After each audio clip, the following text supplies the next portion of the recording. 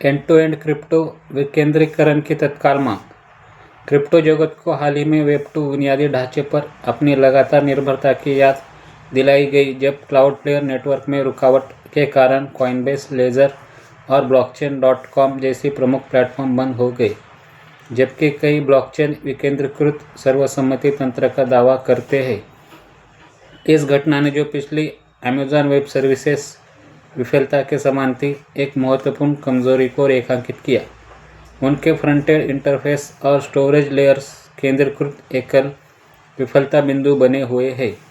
Decentralise infrastructure क्षेत्र में एक प्रमुख आवाज़ इथर स्टोरेज का तर्क है कि सच्ची एंड-टू-एंड विकेंद्रीकरण मजबूती के लिए गैर परगामी है।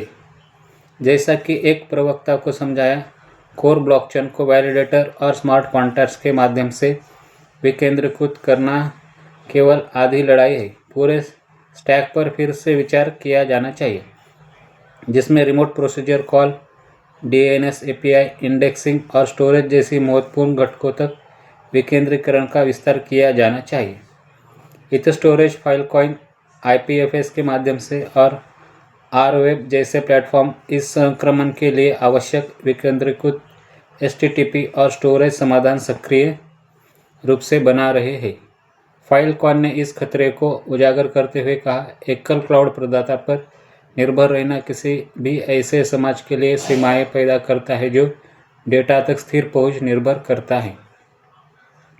केंद्रीकृत वेब 2 प्रदाताओं पर निर्भरता अक्सर सुविधा और इस गलत धारणा से उत्पन्न होती है कि डेफी विकल्प धीमे या बनाए रखने में अधिक कठिन है। इसके अलावा कई परियोजना टीमें एक सुचारू लॉन्च और उपयोगकर्ता आधार के विकास को प्राथमिकता देती है। विकेंद्रीकरण को एक वैकल्पिक बाद के कदम तक सीमित कर देती है, जैसे कि इथर स्टोरेज नोट करता है, क्योंकि अंतर्निहित बुनियादी ढांचा अधिकांश उपयोगकर्ताओं के लिए अदृश्य है। इसलिए बदलाव का कोई तत्काल दबाव नहीं होता है। हालांकि पूर्ण विकेंद्रीकरण तुरंत होना आवश्यक नहीं है।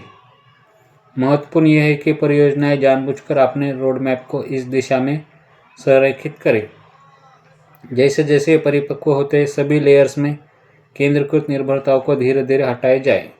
ये भावना इथेरियम के सह संस्थापक विटालिक बुटेरिन के ट्रस्टलेस मैनिफेस्टो के अनुरूप है, जो डेवलपर्स से केवल अपनाने के लिए विकेंद्रीकरण का बलिदान न करने का आग्रह करता है।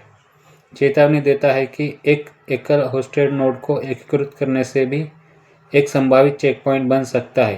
क्लाउडफ्लेयर संकट एक तीखी याद दिलाता है, क्रिप्टो को सेंसरशिप प्रतिरोध और मजबूती के अपने वादों को पूरा करने के लिए इसके बुनियादी ढांचे को आखिरकार पूरी तरह से मुक्त किया जाना चाहिए। ऐसी ही जानकारी के लिए चैनल के साथ बने रहिए। धन्यवाद।